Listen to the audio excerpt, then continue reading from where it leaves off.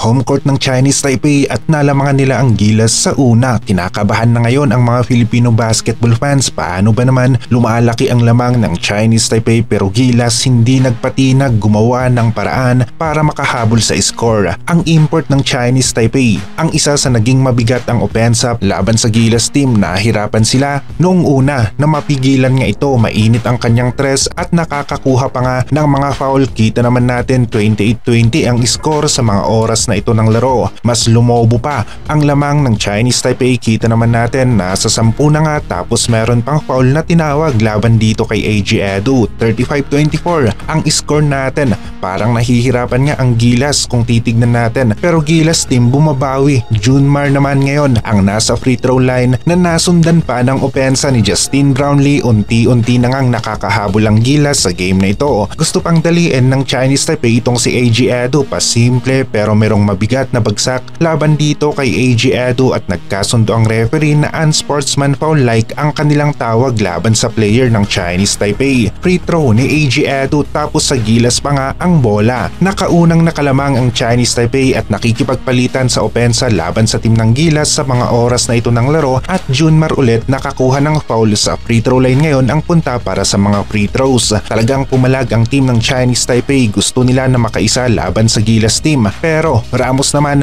ang nag-init ang opensa para sa Gilas. Kanyang mga tres pumapasok nga rin. 45-38 na ang score natin. Nakakahabol na ang Gilas. AG Edu nakuha ang rebound, angat ulit para sa tira. Mintisman pero may nakuha naman na foul. May sumabit sa kanyang opensa. Free throws na AG Edu kanyang naipasok. Opensa ni Dwight Ramos ang nakatulong sa Gilas para makahabol sila bago matapos ang first half. 2 points na lamang ang lamang ng kalaban. Hayari talaga ang Gilas sa game na ito. Hindi nila inaasahan na ganito kalakas na Chinese Taipei ang kanilang makakalaban. May pagkukulang ang Gilas sa third and final window ng FIBA Asia Cup qualifiers at hindi dahilan ang pagiging qualified na nga kung naglalaro ka para sa bayan. Pero yung ganito kadikit masyado ang score ay parang nakakapanibago. Gilas laban sa team ng Chinese Taipei hindi katulad ng Australia laban sa team ng Indonesia. Kanina lamang talagang tinambakan ng Australia ang Indonesia sa kanilang laro.